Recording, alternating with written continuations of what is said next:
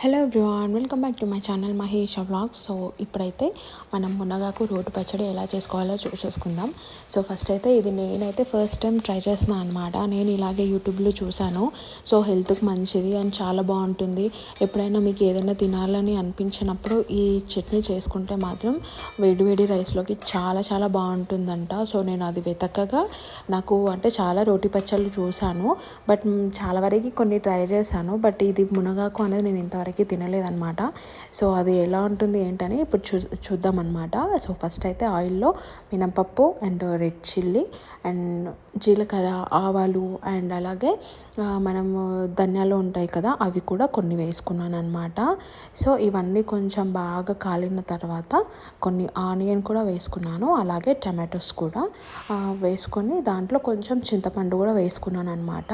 So చింతపండు ఎక్కువగా వేసుకోవద్దు టమాటోస్ వేసుకున్నప్పుడు, ఎందుకంటే ఆల్రెడీ టమాటోస్ కొంచెం పులుపుగా ఉంటుంది కదా. సో అందుకని చెప్పి చింతపండు తక్కువగా వేసుకోవాలి. టమాటోస్ వేసుకుంటే చింతపండు తక్కువ క్వాంటిటీ వేసుకోవాలి. సో అదనమాట.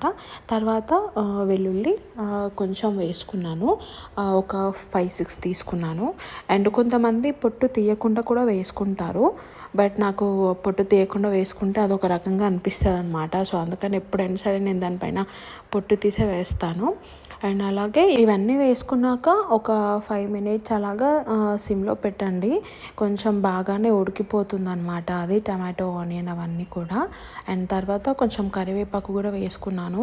అండ్ కరివేపాకు స్టార్టింగ్లో వేసుకుంటే లాస్ట్ వరకు ఇవన్నీ మొత్తం అంతా కాలే వరకు కరివేపాకు తొందరగా ఎక్కువ కాలిపోతుంది అని చెప్పి కొంచెం లాస్ట్లోనే వేసుకుంటాను నేను.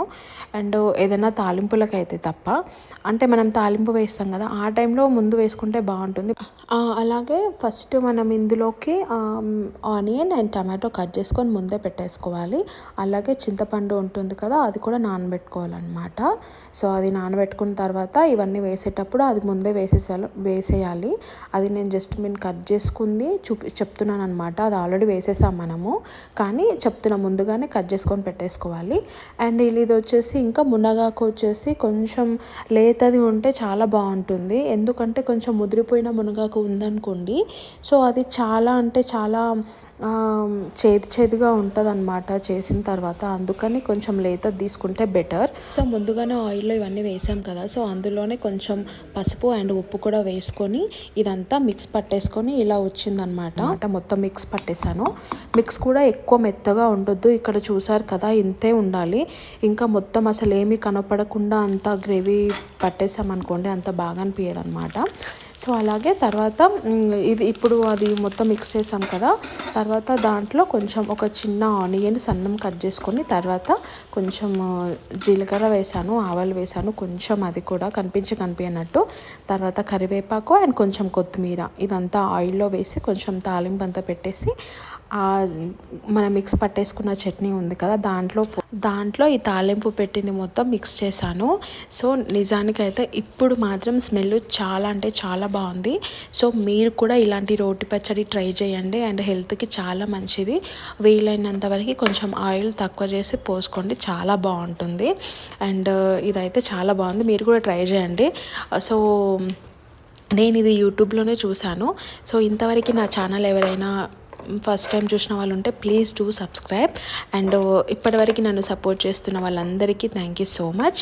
అండ్ ఇప్పుడైతే ఇంకా నాకైతే ఎప్పుడెప్పుడు తినాలా అనిపిస్తుంది. సో ఇప్పుడు తినేసి చెప్తాను టేస్ట్ ఎలా ఉందో. చూస్తున్నారు కదా, కొంచెం రైస్ పెట్టేసుకున్నాను. తర్వాత వేడి రైస్లోకి కొంచెం ఇంకొకటి, రైస్ కొంచెం మెత్తగా ఉన్నప్పుడు ఇలాంటి చట్నీలు తింటే మెత్తటి రైస్లోకి చాలా అంటే చాలా బాగుంటుంది.